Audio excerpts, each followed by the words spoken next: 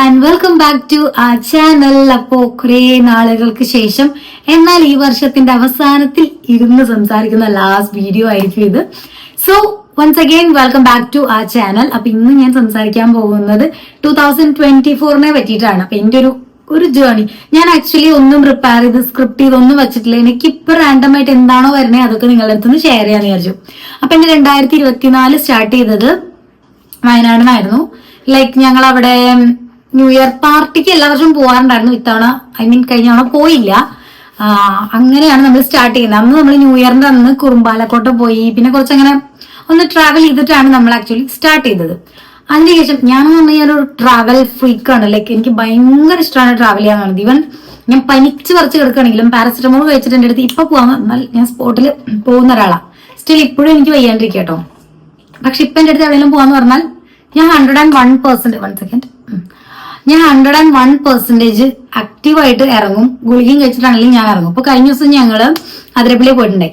അതിരപ്പള്ളി പോയി കഴിഞ്ഞപ്പോ വരുന്ന വഴിക്ക് നമ്മളിങ്ങനെ നടന്നിട്ടൊക്കെ നമുക്ക് ഭയങ്കര ലെഗ് പെയിൻ ഒക്കെ ആയിരുന്നു. പക്ഷെ പിറ്റേ ദിവസം ഞാൻ കാലിൽ മറ്റേ അമൃതാഞ്ജന്റെ സ്പ്രേ ഒക്കെ അടിച്ചിട്ട് ഞാൻ പോകാൻ റെഡിയാണ്. ലൈക്ക് എനിക്ക് അത്രയും ഇഷ്ടമാണ് ട്രാവൽ ചെയ്യാൻ.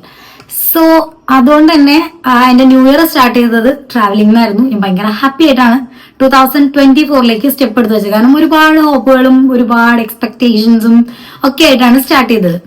പക്ഷെ മുന്നോട്ട് പോയി കഴിഞ്ഞപ്പോ ഫസ്റ്റ് വന്ന ഒരു സംഭവം എന്ന് പറയുന്നത് എനിക്കൊരു ജോബ് കിട്ടി എന്നുള്ളതാണ്. മേ ബി ഞാൻ ഇപ്പോഴായിരിക്കും എക്സ്ക്ലൂസീവ്ലി ഒരു സെക്കൻഡ് ഈ ഫോൺ ഇരിക്കുന്നത് അത്ര ഓക്കെ അല്ല. അപ്പൊ ഞാൻ 2024 ആക്ച്വലി ഞാനൊരു ജോബിന് കയറി. അത് എന്റെ ലൈഫിൽ ഞാൻ എടുത്തിട്ടുള്ള ഏറ്റവും ഡിഫിക്കൽട്ട് ആൻഡ് പെട്ടെന്ന് എടുത്തൊരു ഡിസിഷൻ ആണ്. പക്ഷെ ആ ഡിസിഷൻ അടിപൊളിയായിരുന്നു എന്ന് എനിക്ക് തോന്നുന്നു. കാരണം ഞാൻ കുറെയൊക്കെ എൻഗേജ്ഡ്. നമ്മൾ ആഗ്രഹിച്ചൊരു സാധനം എനിക്ക് 2024 അച്ചീവ് ചെയ്യാൻ പറ്റിയത്. ദാറ്റ് മീൻസ് നമുക്ക് അർഹതപ്പെട്ടതാണെങ്കിൽ എത്ര വർഷം കഴിഞ്ഞാലും നമ്മൾ ആത്മാർത്ഥമായിട്ട് ആഗ്രഹിക്കുകയും പരിശ്രമിക്കുകയും ചെയ്യുകയാണെങ്കിൽ നമ്മളുടെ അടുത്തേക്ക് എത്തും എന്നുള്ള ഒരു കാര്യം എനിക്ക് കൂടുതൽ അത് വിശ്വസിക്കാനുള്ള ഒരു റീസൺ ഉണ്ടാക്കി തന്നതും 2024 ആണ്. അതെനിക്ക് ശരിക്കും പറഞ്ഞ ഒരു തിരിച്ചറിവ് തന്നതും ആ ഒരു വർഷമാണ് എന്തൊക്കെ പറഞ്ഞാലും. അതേപോലെ ഞങ്ങൾ ആദ്യമായിട്ട് ഒരു ഇൻവെസ്റ്റ്മെന്റ് ചെയ്യുന്നത് കൈൻഡ് ഓഫ് ഇപ്പൊ നിങ്ങൾ കാണുന്ന ഫോൺ ഉൾപ്പെടെ ലൈക്ക് നല്ലൊരു ഫോണിലേക്ക് അല്ലെങ്കിൽ നല്ലൊരു മൊബൈലിലേക്ക് നമ്മൾ ഇൻവെസ്റ്റ് ചെയ്തത് 2024 പിന്നെ ബ്രദറിന്റെ കല്യാണം ഉണ്ടായിരുന്നു. പിന്നെ ഈ പറഞ്ഞ പോലെ ജോലി, ഓണം സെലിബ്രേഷൻ, ക്രിസ്മസ് സെലിബ്രേഷൻ, അങ്ങനെ വിഷു, പിന്നെ ഞങ്ങളുടെ വെഡിങ് ആനിവേഴ്സറി, അതൊക്കെ നോർമൽ ഒരു ലെവലിൽ തന്നെയാണ് പോയത്. വലിയ ഹൈ ആയിട്ടുള്ള ആഘോഷങ്ങൾ അല്ലെങ്കിൽ പോലും അങ്ങനെ. പിന്നെ ഞങ്ങള് ഒരു വാഗമൺ ട്രിപ്പ് പോയി ഫുൾ ഫാമിലി ആയിട്ട്. അങ്ങനെ ഒരു വലിയ സംഭവം ഒന്നും അല്ലെങ്കിലും കുഴപ്പമില്ലാത്ത രീതിയിൽ പോയി. പക്ഷെ ഇതിന്റെ ഇടയിൽ വില്ലനായിട്ട് വന്നത് അസുഖങ്ങളായിരുന്നു. ഹെൽത്ത് വൈസ് ഞാൻ ഭയങ്കര വീക്കായിരുന്നു. ഞാനും ആയിരുന്നു, എന്റെ ഹസ്ബൻഡും ആയിരുന്നു, എന്റെ മോളും ആയിരുന്നു. ഞങ്ങൾക്ക് എപ്പോഴും അസുഖങ്ങളായിരുന്നു. അതിലിപ്പോ എനിക്കൊക്കെ വന്ന അസുഖത്തിന്റെ ഒക്കെ കാര്യങ്ങൾ എനിക്ക് ആക്ച്വലി ഡീറ്റെയിൽ ആയിട്ടുള്ള ഒരു വീഡിയോ ചെയ്യണം. നമ്മൾ നെക്സ്റ്റ് ഇയറിൽ ചെയ്യുന്ന ഒരു വീഡിയോയിൽ ഞാൻ അതിന്റെ എല്ലാ കാര്യങ്ങളും പറയും. നിങ്ങൾ തന്നെ ചിലപ്പോൾ ഷോക്ക്ഡ് ആയി പോകും, ഇങ്ങനൊരു അസുഖമൊക്കെ ഉണ്ടായിരുന്നു, അതിലൂടെ കടന്നു പോയോ എന്നൊക്കെ ആലോചിക്കുമ്പോൾ. ബട്ട് സ്റ്റിൽ അങ്ങനെ, അതായത് ഇപ്പൊ എനിക്ക് തോന്നുന്നു എനിക്ക് വന്ന അസുഖങ്ങളെ പറ്റി എനിക്ക് വിരലിലുണ്ടാവുന്ന 4-5 പേർക്ക് അല്ലാതെ വേറെ ആർക്കും അറിയില്ല. അപ്പൊ അങ്ങനെ ഭയങ്കര സംഭവമൊന്നുമല്ല, പക്ഷെ എന്നെ സംബന്ധിച്ചിടത്തോളം ഭയങ്കര സംഭവമായിരുന്നു. സോ അതൊക്കെയാണ് നമ്മുടെ വർഷങ്ങളിൽ 2024 നടന്നിട്ടുള്ള കുറച്ച് കാര്യങ്ങൾ. പിന്നെ എന്താ ഉണ്ടായത്, അസുഖങ്ങളായിരുന്നു മെയിൻ. കാരണം എപ്പോഴും ഹോസ്പിറ്റലായിരുന്നു. മേ ബി ഞാൻ ജോലിക്ക് കയറിയിട്ട് ഏറ്റവും കൂടുതൽ ലീവ് എടുത്തത് അസുഖത്തിന്റെ പേരിലായിരുന്നു. അല്ലെങ്കിൽ ട്രാവൽ ചെയ്യാൻ വേണ്ടി ലീവ് എടുത്തിട്ടില്ല, അല്ലെങ്കിൽ ബാക്കിയുള്ളത് ഇപ്പൊ ഞാൻ കല്യാണത്തിന് വേണ്ടി ലീവ് എടുത്തിരുന്നു. പക്ഷെ അത് കഴിഞ്ഞിട്ട് ഞങ്ങൾക്ക് കറക്റ്റ് കണ്ടിന്യൂസ് ആയിട്ട് ഹോസ്പിറ്റൽ കേസ് വന്നു. അപ്പൊ അങ്ങനെ അത് കണ്ടിന്യൂസ് ആയിട്ട് ലീവ് എടുക്കേണ്ടി വന്നു, ഏറ്റവും കൂടുതൽ അസുഖം കൊണ്ട്. പിന്നെ പല്ലിന്റെ പൊന്നേ ഞാൻ അനുഭവിക്കലുണ്ട്. അതിനെപ്പറ്റി സംസാരിക്കാനാണെങ്കിൽ കുറെ ഉണ്ട്. ഇതെല്ലാം സർവൈവ് ചെയ്തിട്ട് ഞാൻ പറയാം. ഇപ്പോഴും ഞാൻ കുറച്ചധികം ഡിഫിക്കൽട്ടിയിലൂടെയാണ് പല്ലിന്റെ കേസിൽ ഞാൻ കടന്നു പോയിക്കൊണ്ടിരിക്കുന്നത്. സോ അങ്ങനെ ഒരുപാട് വേദനകളും അസുഖങ്ങളും ഉണ്ടായിരുന്നെങ്കിൽ പോലും ഈ പറഞ്ഞ പോലെ ഒരു മൊബൈൽ ഇൻവെസ്റ്റ് ചെയ്തതും അതല്ലെങ്കിൽ ഒരു ജോലിയിലേക്ക് പ്രവേശിച്ചതും ഈ വർഷമാണ്. അപ്പൊ നമ്മള് കുറ്റം മാത്രം പറഞ്ഞാൽ പോരല്ലോ, നല്ല കാര്യങ്ങളും കൂടെ പറയണ്ടേ. സോ അപ്പൊ അത് രണ്ടുമാണ് എന്റെ ലൈഫിൽ ഈ വർഷം ഏറ്റവും മേജർ ആയിട്ട് ഉണ്ടായിട്ടുള്ള ഒരു കാര്യം. പിന്നെ എന്റെ മോള് ആദ്യമായിട്ട് സ്കൂളിൽ പോയത് ഈ വർഷമാണ്. അപ്പൊ അങ്ങനെ കുറച്ച് കാര്യങ്ങള്. നമ്മൾ തന്നെ സ്കൂളിൽ പഠിക്കുന്ന ഒരു കുട്ടിയുടെ പാരന്റ് ആയി എന്ന് പറയുന്നത് it's A huge change, at least for me.